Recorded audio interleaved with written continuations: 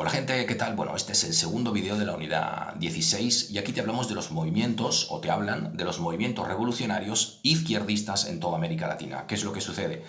La gente de izquierdas pretende imponer su modelo de construcción de Estado en base a la violencia y se genera una gran cantidad de grupos armados en distintos países que pretenden tomar el poder, ¿sí? El primer caso es el de Nicaragua. En 1960 se va a formar el Frente Sandinista de Liberación Nacional, que pretende acabar con la dictadura de Somoza, el cual abandona el poder en 1979. Recuerda que Somoza pidió asilo político acá, en la República del Paraguay, y aquí, en Asunción, va a morir asesinado años después.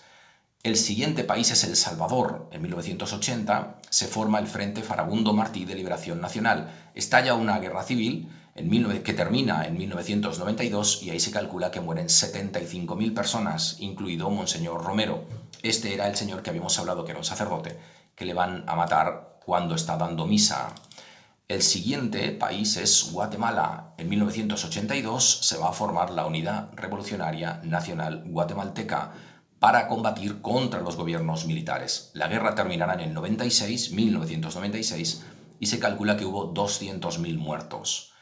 El siguiente país es Colombia. En 1964 nacen las FARC, Fuerzas Armadas Revolucionarias de Colombia, que van a iniciar una guerra contra el gobierno legítimamente constituido, que va a terminar en el 2016. Ahí se calcula que murieron 250.000 personas y sigue habiendo 100.000 desaparecidos. El penúltimo caso es el de Perú. Aquí también este es un caso muy cruel. En 1960, Abimael Guzmán funda una secta marxista, socialista, decía él, que se llamaba Sendero Luminoso, que se va a dedicar a combatir contra el Estado, va a cargar fortísimamente contra la población campesina, hasta su desaparición en 1992, cuando Abimael Guzmán es capturado por el Estado peruano. Y el último caso es el de México. En 1994 va a surgir el Ejército Zapatista de Liberación Nacional, que defiende la construcción de una sociedad más justa en base a, como siempre, una reforma agraria y un respeto a los indígenas. En la actualidad siguen existiendo, pero ellos protestan pacíficamente.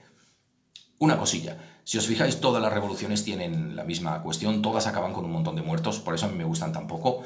Segunda cuestión, todos ellos reclaman la reforma agraria. Recuerda que una reforma agraria consiste en: el Estado es el que tiene o es el mayor propietario de tierras de un país.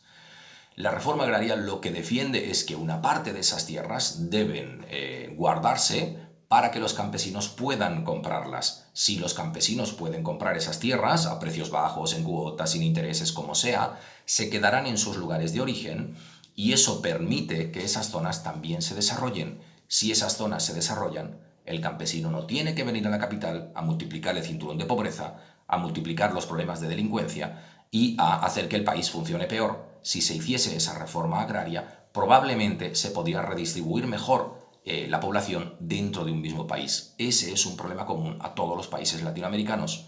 Mientras no se haga una reforma agraria justa, esto no funcionará. Por ejemplo, te comento, Paraguay intentó alguna reforma agraria, pero el problema es que repartía tierras regalándolas, y esa no es una buena idea. Si el campesino tiene tierras porque se las han dado gratuitamente, es posible que las venda y te pida más. Es mala idea. Yo siempre he defendido que debería ser una reforma agraria en base a que el campesino pueda comprar esas tierras, aunque sea a largo plazo, en cuotas, etc. Pero las tiene que comprar. Si no, no lo valora, lo revende y luego exige más al Estado y el problema nunca se soluciona. El último punto de esta unidad te habla de Latinoamérica en la actualidad. ¿Qué es lo que sucede? Debido a que el apoyo económico estadounidense desaparece, todas las dictaduras van cayendo una detrás de otra. A Estados Unidos ya no le interesa apoyar económicamente tanto porque la Guerra Fría ha terminado. Por tanto, sorprendentemente, lo que va a suceder es que se acaba el apoyo económico, se acaban las dictaduras y llega la democracia, que en gran parte de Sudamérica coincide precisamente con un periodo de crisis económica internacional. Bien, hasta aquí llegamos en este vídeo. Saludos, chao, chao.